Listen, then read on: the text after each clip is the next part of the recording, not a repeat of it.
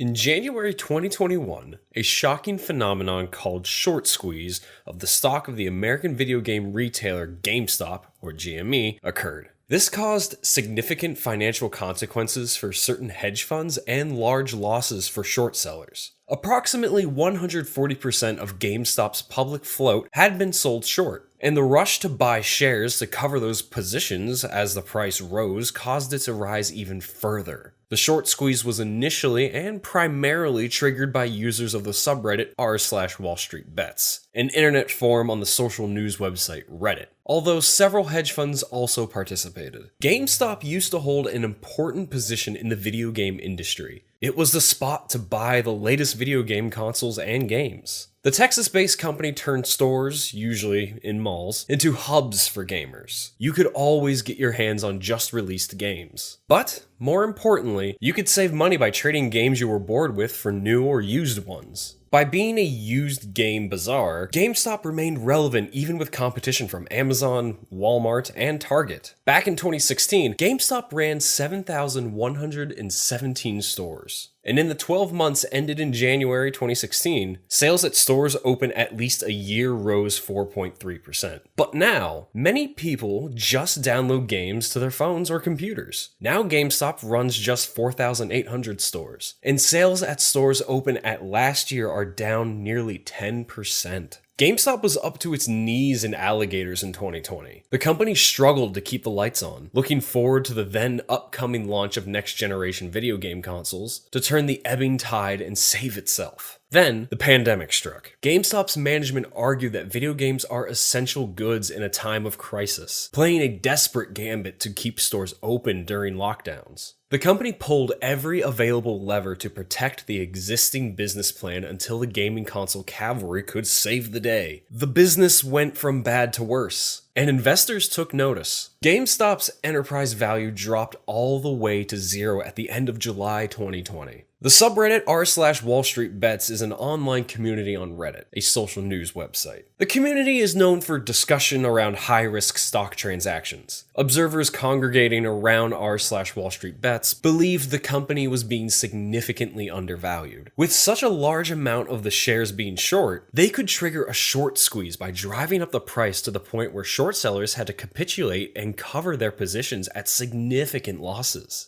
Even before the short squeeze, there had been interest in GameStop. Keith Gill, known by the Reddit username DeepFuckingValue, purchased around $53,000 in call options on GameStop stock in 2019, and saw his positions rise to a value of $48 million by January 27, 2021. Gill, a 34-year-old marketing professional and chartered financial analyst from Massachusetts, stated that he began investing in GameStop during the summer of 2019 after believing the stock to be undervalued. He shared information regarding his investment on r/WallStreetBets, providing regular updates on the investment's performance, including times when the investment had plunged. Gill's belief about the imminent turnaround for GameStop really inspired a lot of Redditors to follow suit. The Wall Street Bets crowd came around to the idea of buying the stock en masse in an effort to force the price of the shares higher. Investors piled on, using call options to goose their returns. Even Elon Musk got in on the action in his cryptic way. The rise of downloadable video game sales slowly made GameStop an unnecessary middleman, as gamers could buy games and upgrades more quickly directly from manufacturers. Meanwhile, investor Ryan Cohen built a significant ownership stake in GameStop and started pulling strings to change the company's operating model. Specifically, he wanted to let go of the stagnant brick-and-mortar network and refocus on e-commerce plus online services. The most valuable part of the GameStop package, in Cohen's view, was the time-honored brand name and the nationwide community of gamers that it had fostered over the years. Similarly, investor Michael Burry acquired a 3.3% stake in GameStop in mid-2019. Chewy founder Ryan Cohen was officially elected chairman of GameStop's board of directors.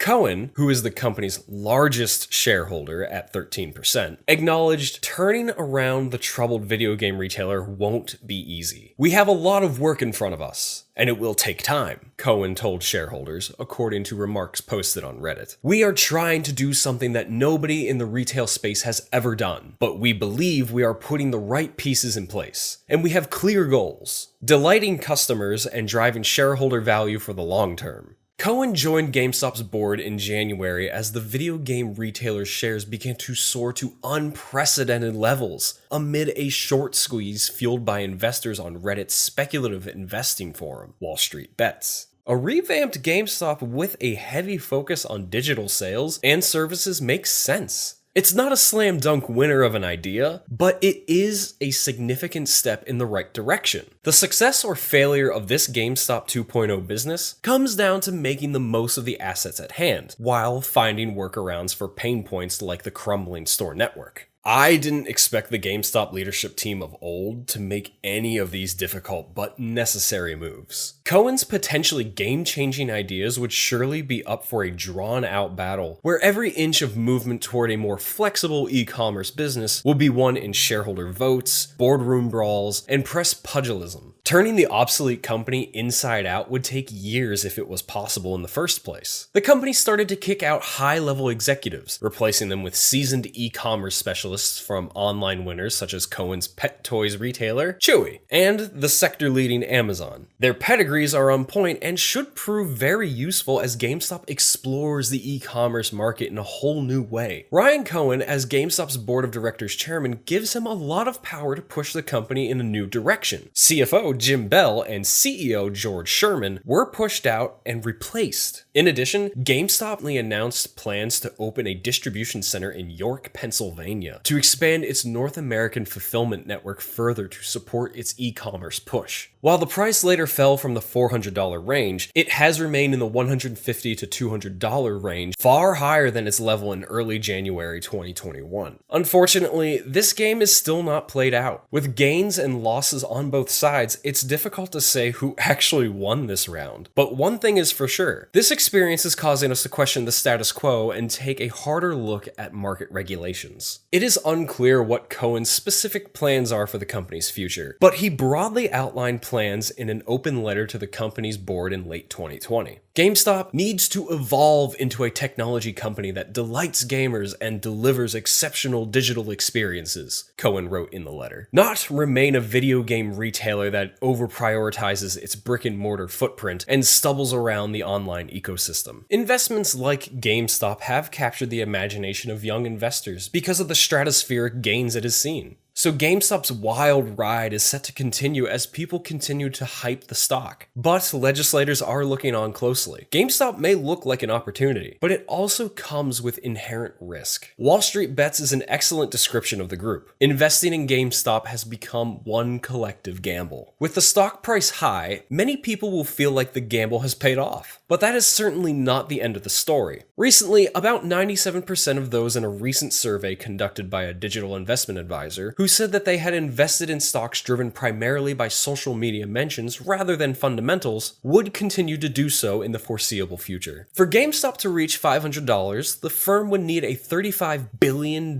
market capitalization or more than the value of Twitch and Steam combined. Mr. Cohen has worked his magic on Chewy.com before, and maybe he's even the right person to take the top job at GameStop. But before he can start down that route, the 35-year-old founder will need all the help he can get. And with a Reddit-fueled megaphone, retail investors finally have the chance to make that happen once again. That's it, guys. We have come to the end of this video, and I hope you had a great time. If you did, feel free to like this video and subscribe to the channel. Thank you.